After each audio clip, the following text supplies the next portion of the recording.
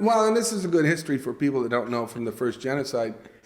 Excuse me, my grandfather, Hagop Sr., my namesake, survived. But a lot of folks went from Armenia to Beirut. Some went to Syria, some went to France. Beirut was definitely a huge Armenian population. So yeah, I grew up there at 65 to 69. Okay. And then we came here basically because of the civil unrest. And where is Armenia geographically? Oh, are you kidding? It's sandwiched between Russia and Turkey. That's why it was neutral. That's why Turkey, when they did what they did, they were like the German and Jew. They were already Armenians living in Turkey that they scapegoated as, and killed. But it's the same thing. It was all about religion and power. But yeah, Armenia sits between Russia and Turkey. So then, I don't think I know too much about it, and I don't want to bum the audience out too much, but can you just give like a brief history of what happened in the Armenian genocide? So is it basically? Really? I mean, I'm just That's not my thesis, man. I'm here to talk about my thesis. I mean, but you told me that. Well, you told me there's some cultural things that are interesting that I think you mentioned that sound. Well, yeah. I mean, it's like the 6 kids for everyone that died. It's not like it's not. Well, cultural. That's why I was telling Javier, when you have he asked me how many children I have, and I said 9. I've only got 2. Dash and Heavy, love you. But when I was young, growing up, if you got married, all the old dudes would come up to you and be like, Daro Tzidkezi, which means like, now it's your turn, move it on. And then they'd say for every 6, for everyone that died in the genocide, you need to make 6 children. Which was really, not particular in Armenia. I think anyone who survived crazy annihilations of your culture. And I think just in general back then, I mean, my grandfather's family had 13 kids too. So generally you would make a lot anyway. Yeah, the nuclear family was all about, It's like have kids and see how many will stick. Or how many of them don't become artists? No, in a nutshell, I mean, how many siblings do you have? I do have 4 sisters. And that's the other thing. I'm the only boy, so I'm like the pasha, the king, the one that in the patriarchal culture, like most Mediterranean cultures, that they kind of bow their heads to. But my dad, not now to get somber, right? But my dad died when I was 13, and my mom died when I was 23.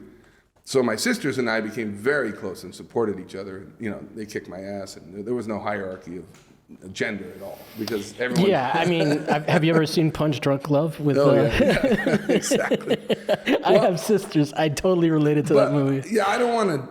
I mean, the Armenian genocide is tragic and terrible. And the best thing I could say is Hitler said, yeah, we'll get away with what we're doing. No one remembers what happened to the Armenians. So, okay. I mean, it was the blueprint of like annihilate the whole culture. I mean, it's terrible things like, we don't have to get into the details. No, trudging them through the desert and then strapping them all together with barbed wire, pouring gasoline on them and putting them in the Euphrates River. So children and women and everything.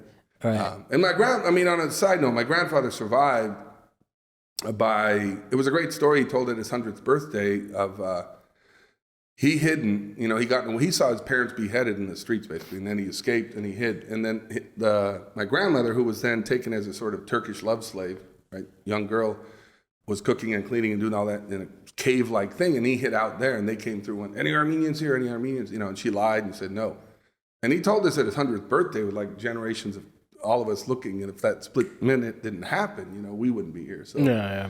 And my story is the same for every genocide survivor and, people that have escaped their terrible situations. So that's crazy, man. Yeah, I mean, I'm glad that you, I literally only know about it mostly through Kim Kardashian, which is goes to Hitler's point. Well, no, students always say, "Oh, Najarian, you're Armenian, like Kardashian." I'm like, they're not Armenians, they're hoes. No, God bless them. They've used a capitalist, famous thing to their advantage and made it what it is. Armenians are hardcore, and they're very much Christians, who they are, that they love their thing, and they always. But Glendale, take a trip to Glendale, you'll see it all. Yeah. I think that is also one of the nationalities or ethnicities that people confuse me with. Yeah, Armenian. You could be Armenian. Yeah. Yeah, but growing up, no one knows what it was, and it's still its own language. It's not like an Arabic, derivative language thing. And that's why Armenians are so hopped up. They say their language came out of the Bible. Mount Ararat is mentioned in the Bible and the alphabet and this and that. But Armenians are pretty proud. Yeah.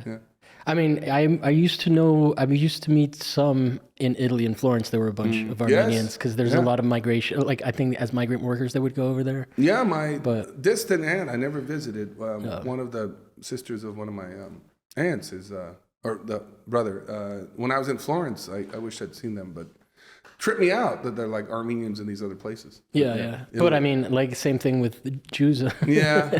But like in Italy, when I was in, it was Venice had a whole, cathedral per Armeni, which is like the church for the Armenians. So I mean, and it's Catholic, which also tripped me out because like the Christian Catholic. We don't have to go in all that stuff. It's a long. Yeah, but anytime you have like refugees that are leaving a place, you're gonna have a lot of different like places where you're like, holy shit! Like I didn't know that Vietnam had a huge Vietnamese, or France had a huge Vietnamese. Oh, that's true.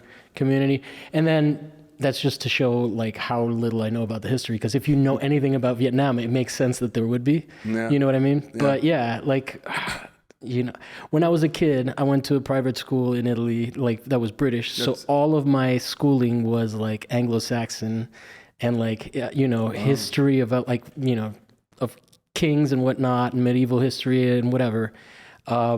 But when I got over here, I realized that that's the same thing for like Americans. So there's like a huge American gap in my history, but also it's very, I think it's an interesting thing. I don't think if you're Armenian, you really hear about this stuff. Yeah. It's not like covered openly.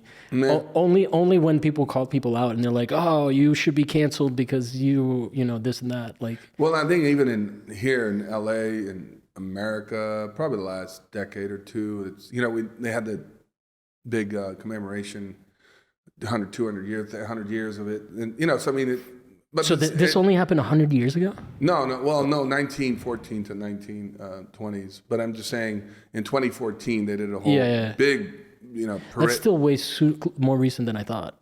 Oh yeah. It's not like super 1700s. It's like 19. That's what I'm saying. Yeah. Well, that's why Hitler was, or the Ottoman Turks were smart to use the World War I, like the timing of countries were kind of unstable to just do what they did, Right. But it goes to, we're still seeing it today with Ukraine. I mean, see it. We don't have to go into current events. No, it's just all power and control and people that and resources. Always, it's always about resources. Yeah, it's like I want your shit. Yes, definitely. It was land and power and grab, and kill people. But yeah, it's unfortunately it's just one formula that just keeps getting played out like a fractal. Thing. But anyway, we can go into the safety of your topic. Oh yeah, my topic.